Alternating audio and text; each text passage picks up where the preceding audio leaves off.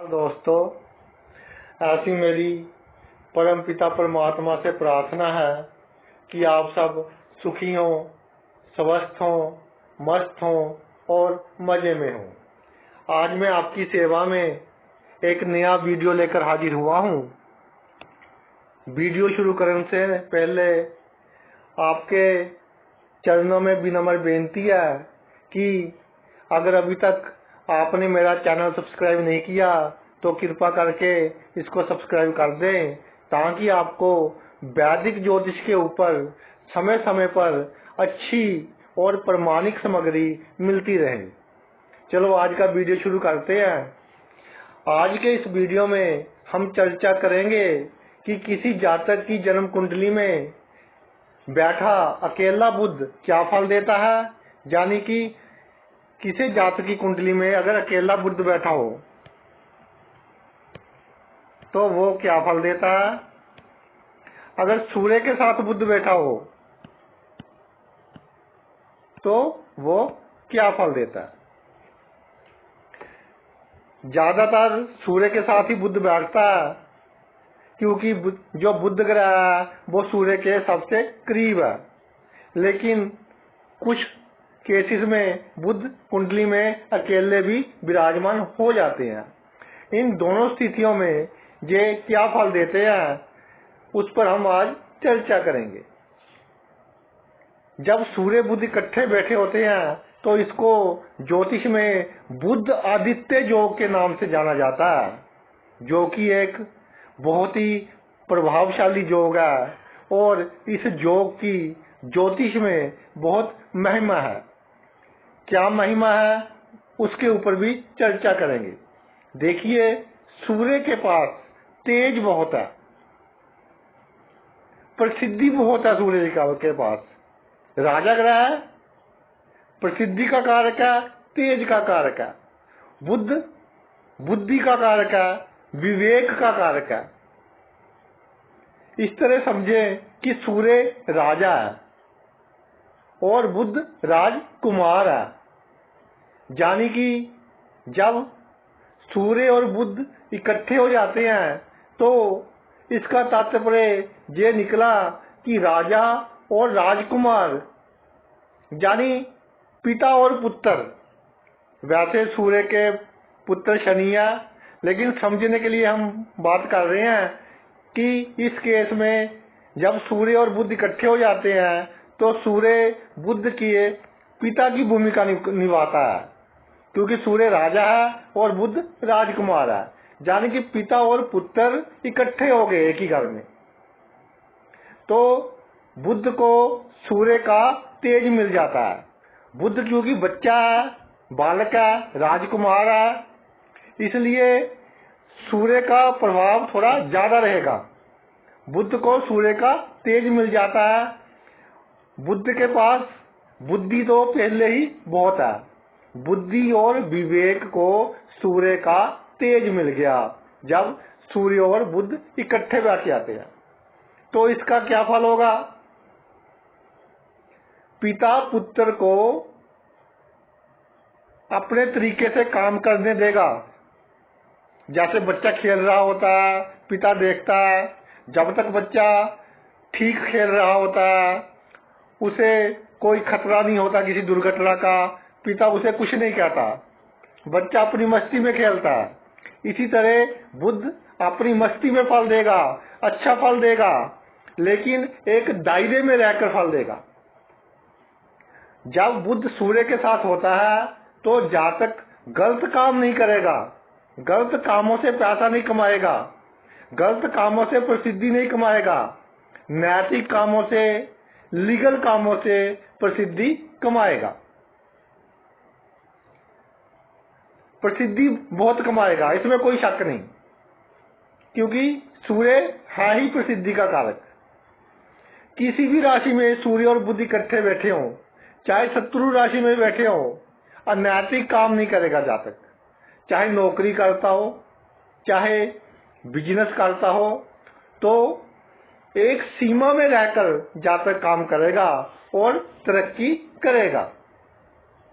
और इसमें एक बात और आ जाती है, जब पिता और पुत्र इकट्ठे होते हैं तो पिता का थोड़ा डर भी बना रहता है और पुत्र चौकस रहता है, चौकन्ना रहता है। जिस घर में सूर्य और बुध इकट्ठे बैठे हो उस घर का जातक को पूरा पूरा लाभ मिलता है, पूरा लाभ प्राप्त होता है। जैसे मान लीजिए बुध आदित्य योग यानी सूर्य और बुध धन भाव में इकट्ठे बैठ जाए तो जातक धन कमाने, उसको किस तरह से इन्वेस्ट करना है, किस तरह से खर्च करना है, इस पर पूरा चौकस रहेगा, पूरी प्लानिंग के साथ काम करेगा और पूरी इस तरह की उसकी कोशिश रहेगी कि मेरे से 1% भी गलती ना हो जाए, क्योंकि मेरे पिता मेरे साथ है। पिता के कारण वो बहुत चौकस रहेगा और धन अच्छा कमाएगा। दूसरा घर वाणी का भी है, वाणी भी अच्छी होगी अगर दूसरे घर में सूर्य बुध इकट्ठे बैठ जाए। इसी तरह अगर चौथे घर में बुध आदित्य योग मान जाए तो वाहन के लिए अच्छा है, जमीन जायदाद के लिए अच्छा है, लेकिन सब नैतिक साधनों से होगा। ऐसा नहीं होगा कि किसी दूसरे की जमीन जायदाद हड़प कर ली, किसी दूसरे की संपत्ति हड़प कर ली, किसी दूसरे का वाहन ले लिया और उसका नाजायज फायदा उठा लिया, ऐसा काम नहीं होगा। इसमें एक चीज का और ध्यान रखना है कि जब भी कोई ग्रह सूर्य के पास होता है तो वो अस्त हो जाता है। कुछ विद्वानों का मानता है कि बुध सूर्य के साथ बैठकर अस्त नहीं होते, लेकिन ज्योतिष शास्त्रों में ये भी लिखा है कि 13 अंशों तक के भीतर बुध अगर सूर्य के बीच दूरी हो तो बुध को अस्त मान लिया जाता है। हाँ, अनुभव में एक चीज देखने में आई है कि जब बुध अस्त होता है तो वो काफी हद तक जातक को अच्छा फल दे देता है, अच्छा फल देने में सक्षम होता है। अगर हम उसकी तुलना दूसरे ग्रहों से करें, मान लीजिए किसी का बृहस्पति अस्त है, वो इतना बड़ी मात्रा में फल देने में सक्षम नहीं होगा जितनी बड़ी मात्रा में अस्त बुध फल देने में सक्षम होता है। फल में कमी जरूर आती है बुध अस्त हो, लेकिन इतनी ज्यादा कमी नहीं आती क्योंकि बुध सूर्य के हमेशा समीप ही रहता है। ये तो होगी कुंडली में अगर सूर्य और बुध इकट्ठे बैठे हों तो भाई अच्छा योग है। जिस घर में बैठे होंगे उस घर का लाभ ही देंगे, जातक को समाज में प्रसिद्धि देंगे और अपनी बुद्धि जातक अच्छे कामों पर लगाएगा।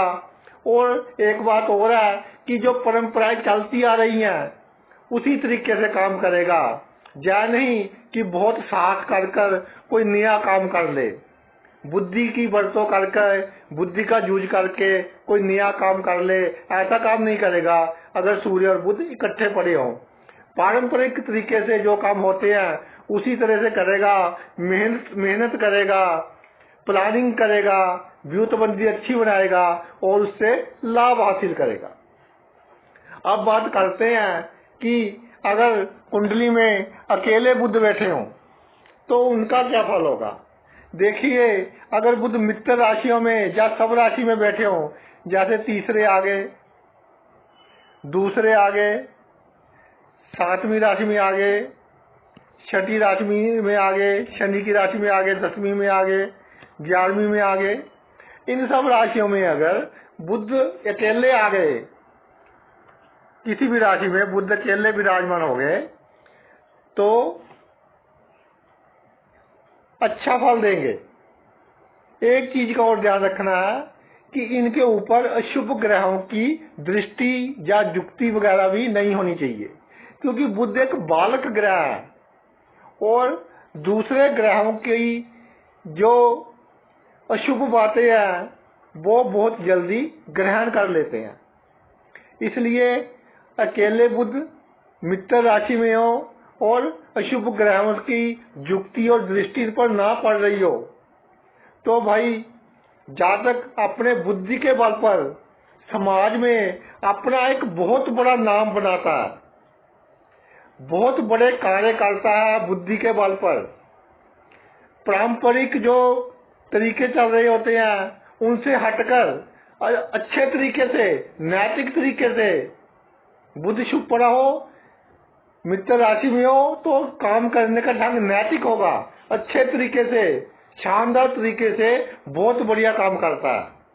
और चाहे बिजनेस करता हो, चाहे नौकरी करता हो, अपने कार्य क्षेत्र में इसका काम करने का ढंग अलग ही होता है।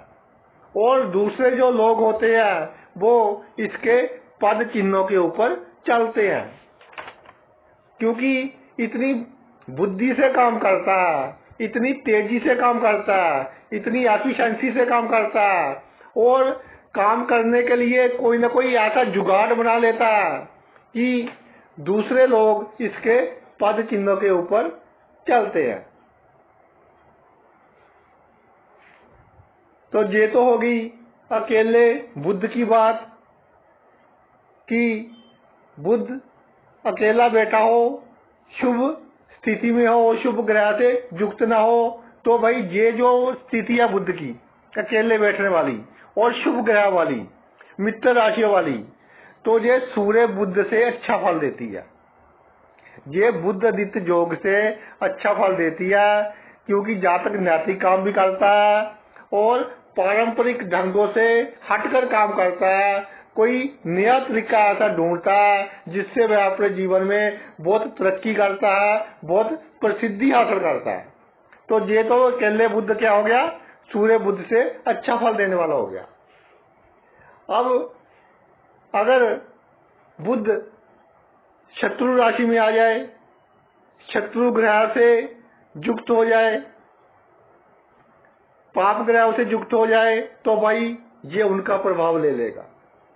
तो जातक इलीगल काम करेगा, गैर कानूनी काम करेगा, और ऐसे गैर कानूनी काम करेगा जिसमें बुद्धि की बरतों अधिक होती हो। जैसे किसी की साइट हैक कर ली, कंप्यूटर में साइट्स होती है ना, साइट हैक कर ली, किसी के अकाउंट में से पैसे निकाल लिए, धोखे से पैसे निकाल लिए किसी के अकाउंट में से, छल से, कपट से किसी का धन हर लिया, इस तरह के गलत काम जातक करेगा। और जातक की समाज में इतनी प्रसिद्धि भी नहीं होगी, जातक बहुत स्वार्थी स्वभाव का हो जाएगा और सिर्फ अपना ही मतलब देखेगा।